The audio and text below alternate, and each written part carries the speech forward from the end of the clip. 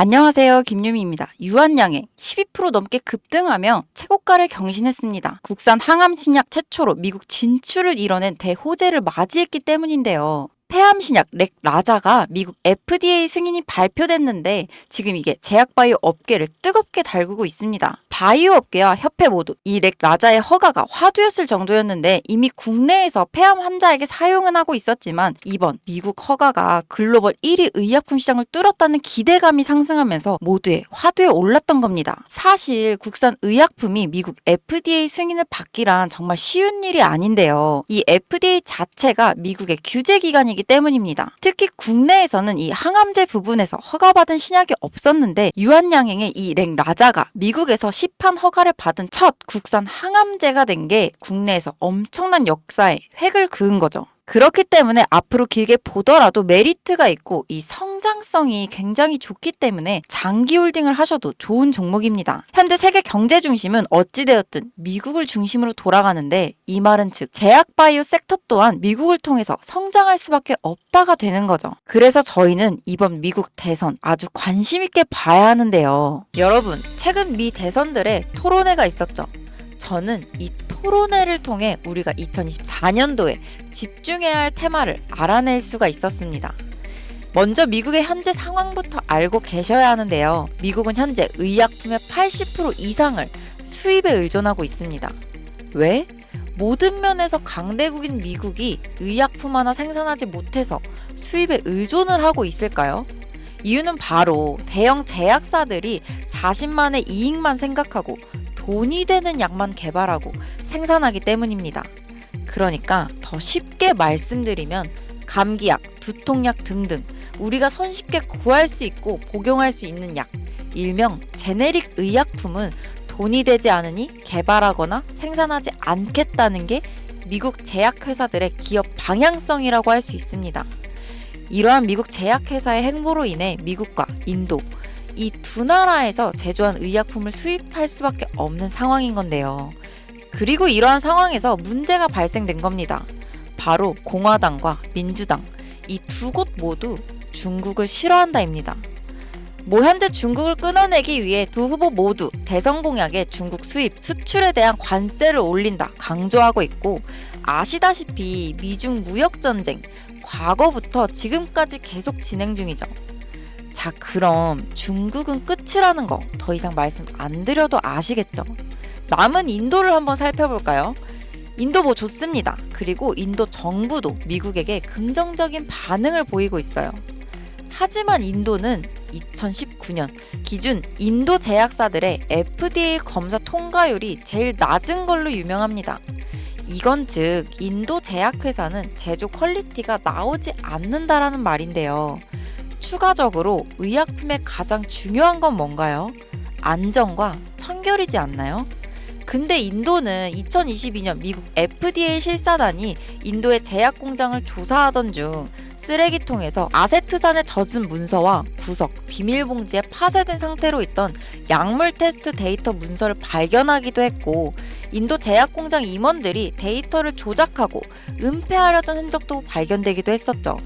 심지어 인도 최대 제약사 중 하나였던 기업은 의약품에서 유리 조각이 나온 사건도 있었던 터라 사실상 인도 또한 중국과 마찬가지로 미국에 100% 의존하기엔 무리가 있다는 겁니다. 현재 미국에서는 자국민 3명 중 1명꼴로 미국의 의료 실태에 대해 불만을 표출하고 있으며 이 불만에 관한 내용은 주로 치료비와 약값입니다. 우리가 흔히 감기 걸리면 처방받는 진통제나 항생제의 가격이 미국은 의료기관의 민영화로 인해 우리나라의 1000배에 달하는 가격이니까요. 예를 들어 최근에 코로나 팬데믹 당시 우리나라의 치료비는 단돈 4만원, 미국의 치료비는 3억 원이라는 말도 안 되는 금액 차이가 있었습니다. 이제 왜 사람들이 불만을 가지는지 아시겠나요? 그래서 미 정부에서는 중국과 인도의 약을 제조받아 수입하고 있는 겁니다.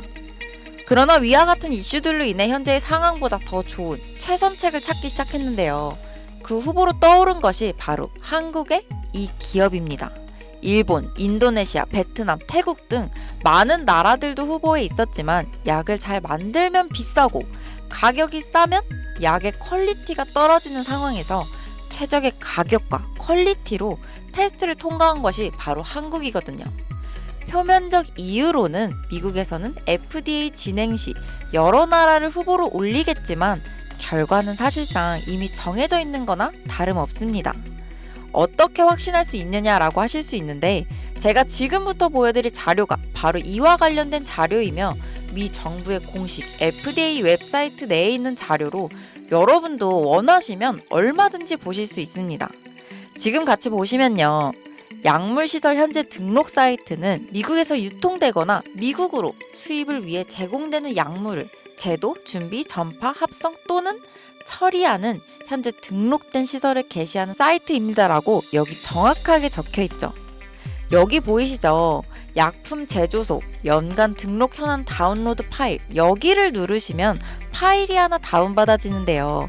이렇게 파일을 열면 10,000개가 넘는 기업이 FDA에 등록되어 있습니다. 근데 여기서 딱 5곳에 한국 기업이 등록되어 있는 상황인데요.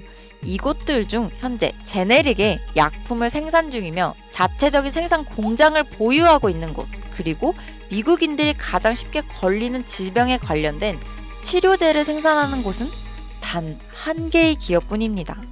그리고 이 기업이 바로 현재 미국 식약처의 테스트에 통과하고 FDA 발표가 나지는 않았지만 이미 등록되어 있는 바로 제가 말씀드린 그 기업이죠.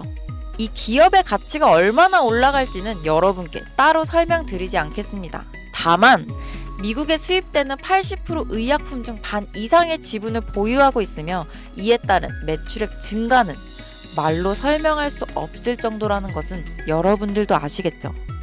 그래서 이 기업에 대한 정보를 이제 확신하셔야 되는데 이제 제 영상을 자주 보셨던 분들이라면 다들 잘 아실 거예요.